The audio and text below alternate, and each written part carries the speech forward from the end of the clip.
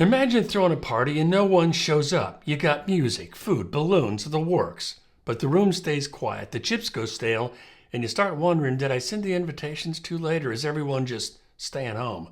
That's the U.S. housing market right now. Sellers are showing up in droves, but buyers, nowhere to be seen.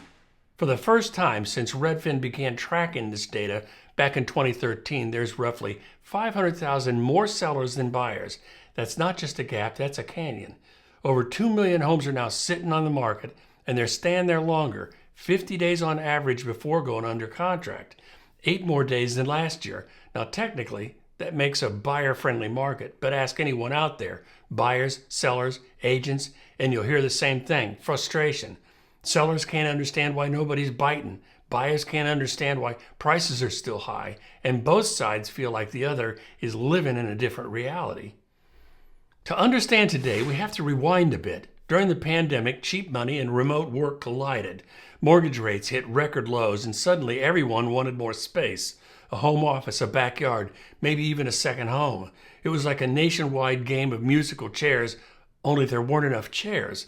Developers had underbuilt for years after the 2008 crash, and now demand exploded overnight. So prices soared, bidding wars broke out, and people paid well over asking, sometimes sight unseen.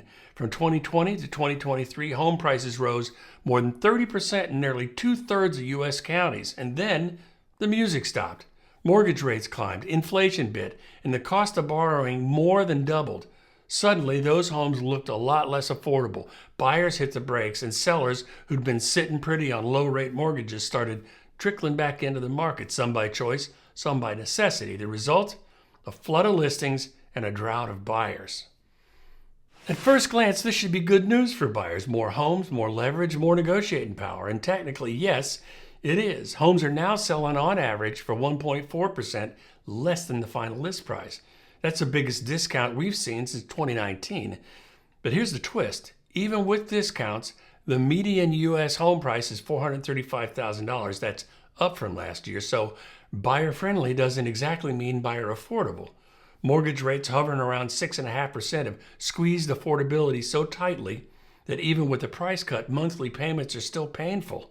As one Redfin economist put it, the balance of power has shifted towards buyers, but many sellers haven't accepted the writing on the wall.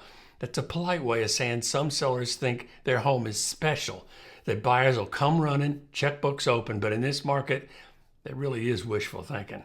By the way, if you're looking to move anywhere in the country and you need someone who can actually help you navigate this, send me a text or an email. I can help with that. I'm part of a network that spans the entire U.S. I just helped a guy find a house in Hawaii. Aloha. Now let's talk about the other side of the equation. For sellers, the last few years felt like an open buffet. Multiple offers, bidding wars, fast closings, but today's menu is different. Homes are sitting longer, showings are quieter, and price cuts, those are becoming the new normal. Agents are saying the same thing across the board. If your price isn't the lowest on the market, you're not even going to get showings. That's not arrogance, that's math. Buyers have choices again, and sellers, even the reluctant ones, are realizing that wait and see is a losing strategy. Some are lowering prices, some are offering credits for repairs or closing costs. Others are quietly pulling their homes off the market altogether, hoping next year will be better. But here's the thing, markets rarely rewind, they reset. We've actually seen this movie before. Back in late 2018, sellers also outnumbered buyers, though not by much, about a 9% gap. Home price growth slowed to just 2% year over year. That was considered a cooling. Fast forward to now, the gap isn't 9%, it's nearly 37%. That's 4 times bigger. So if history repeats or even rhymes, we're headed for some real price pressure. Does that mean a crash? No, but it does mean a correction. And correction can feel like a free fall to anyone who bought at the top. Here's where it gets interesting. While the headlines shout buyer's market, the ground truth is more complicated. Buyers still can't afford much, sellers still expect too much, and in between there's this quiet standoff. Nobody wants to blink first. But markets aren't built on patience, they're built on movement. Eventually, someone has to make the next move, and right now, it looks like the sellers are adjusting the fastest. So here's the irony. We've spent years chasing a balanced market, and now that we're finally close to one, no one's happy. Buyers can't buy, sellers can't sell, and the only thing rising faster than prices is frustration. But every reset comes with opportunity.